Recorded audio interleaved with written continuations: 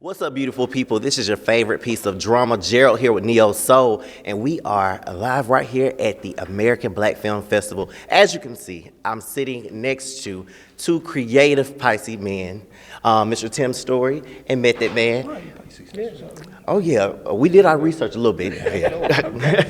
So, first question just popping off, Mr. Story, dead or alive, who would be your ideal cast and what genre in regards to the project? Ideal cast? Dead or alive? How about our ideal lead? Cat. Now you're saying cast for just anything, like anything? Yeah, anything, any movie, project, anything that you're doing. Oh my God. Let's say, I'll say this, leading lady, leading man. Leading lady, leading man. My gosh, you threw it on me like that. Okay. Let me see. I would love to have done something with Richard Pryor. And then leading woman, Pearl Bailey. Pearl Bailey. Very good choices. Very good choices. We need to. I got a good answer for that too. I would do Thomasina and Bushrod. Right, I would remake that. You know, that Max Julian joint, and I would have starring Halle Berry and a young Clifford Smith. Okay. I think they would murder that, right? Very good. So dope. So dope. Not to mention I'm playing Bishop in the next X-Men movie. Let's get that out there. Let's go. Y'all heard it here first. Next up, Mr. Method Man. In a season, in a moment, just in the times of groups getting back together, hitting the stage, doing that whole little thing, can we expect anything from the people that we love, the group that we love, Wu-Tang? Yeah, I mean, we're celebrating our 25th anniversary. We got a district in our name, which is in New York. I think that's dope. I got a street in New York, so I definitely left something behind.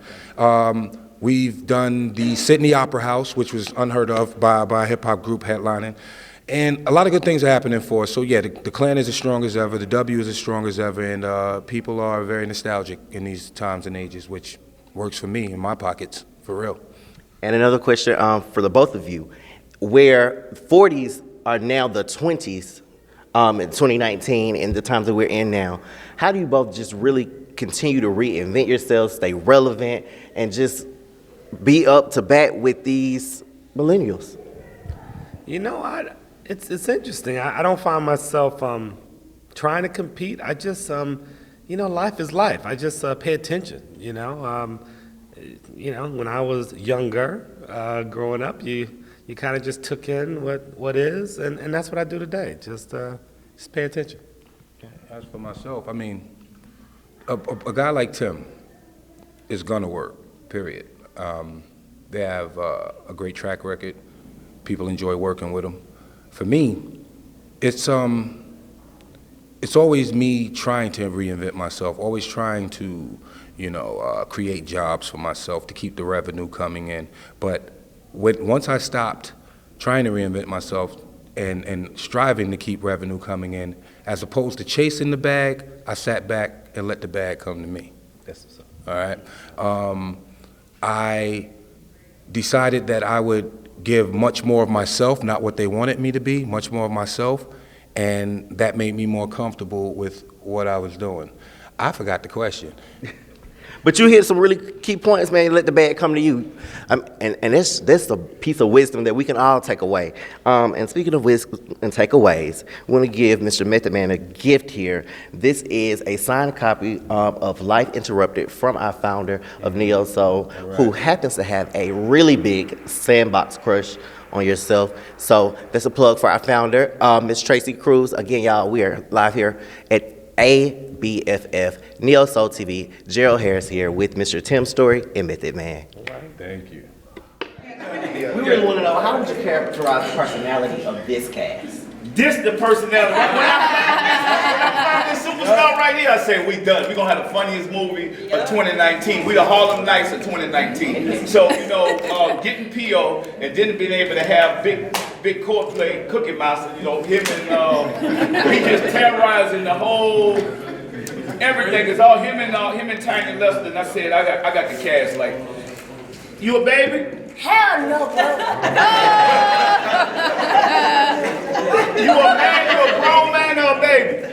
I'm a grown announcement because I got something big.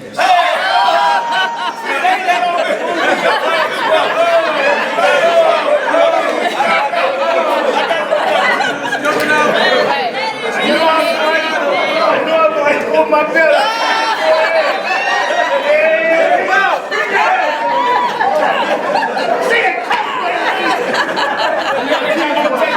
We just had fun on this set. Right. You know what I'm saying? This is my cousin Ashley.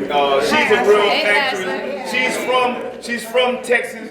She's been around as far as to be. You know, her goal is to be the next big actress. I'm like, no, we'll come to Hollywood. But these are hard workers. She came and worked hard. And so, I mean, she played, we have a restaurant in the movie we're trying to save. It's called Big Pop. Even though you're going to laugh, we're trying to save this restaurant as a family because we're losing the restaurant. And we saying, like, you know what? It's all about gentrification. We don't have no ownership. So you're going to laugh at this movie, but you're going to learn something at the same time. And we got amazing cast. We had a lot of fun. Yours truly here, also your favorite piece of drama, still at ABFF, holding it down, and I'm sitting next to Sarunas J. Jackson. First of all, I'm a little intimidated because this man's like the French vanilla guy. You hear what I'm saying? I just commented on your picture from a few weeks ago, by the way, man. Oh, word. Yes, French vanilla guy. So, I mean, games people play, Insecure, you're busy. Yeah. And we the people want to know, how hard is it for you to keep fans and even celebrities off of you considering your characters? Yeah, I mean, because you get both types, right? You get the ones that are on your head because they mad and they invested. That's fine. And then you get some that they see me doing certain things as my character, and then they kind of get intrigued by that. So it's like a weird balance. But, you just keep things at bay. You just be disciplined. That's the main thing. It's on me to be disciplined, not getting a mix of things. And that's what it boils down to, really. Yeah.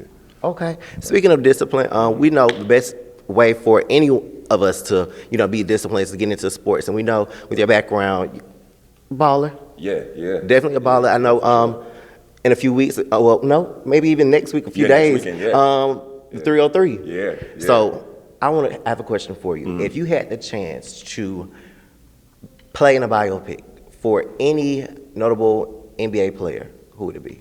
Kareem Abdul-Jabbar. There we go. Yeah. Why? The intellect that man is, and especially with this whole thing with, you see LeBron comes out and he says, we're more than an athlete. I feel like Kareem was one of the first to really embrace it. He's he was someone that he didn't want to be looked at for his height. This man's huge, you know what I mean? He's like 7'2", and he, converted to being Muslim, Lou Alcindor, his name is Kareem Abdul-Jabbar. He was an introvert, which I find as an actor to play somebody who's an introvert is different, layered. You see the people, he interacted with, from Muhammad Ali to, all types of activism that he's done, the books he's written. He was in a Bruce Lee movie, he had a fighting scene with Bruce Lee, you know what I mean? That's legendary. He scored the most points in NBA history. He has 5 rings. Nobody want to talk about it. Everyone want to talk about everybody else, but don't put him in the conversation. So I think that's a man that, and he's been through a lot. So that's a man I would love to portray for sure. Yeah. We definitely have to make that happen. Right. Lastly, any new projects that we can look out for? Good Trouble, Sean Mons coming out season 2, but right now we got 2 episodes left of games we can play. So I'm just trying to have people finish the long haul, watch that, and find out some things, get some questions that they want answered. So yeah, and then like I said, June 18th is when Good Trouble comes out for season 2, and for the rest, we're gonna have to wait and see. Can't talk about stuff yet. Yeah. All right, there you go, man. We kicking at ABFF. Sarunas J. Jackson, Yep. Neo Soul. We just vibing.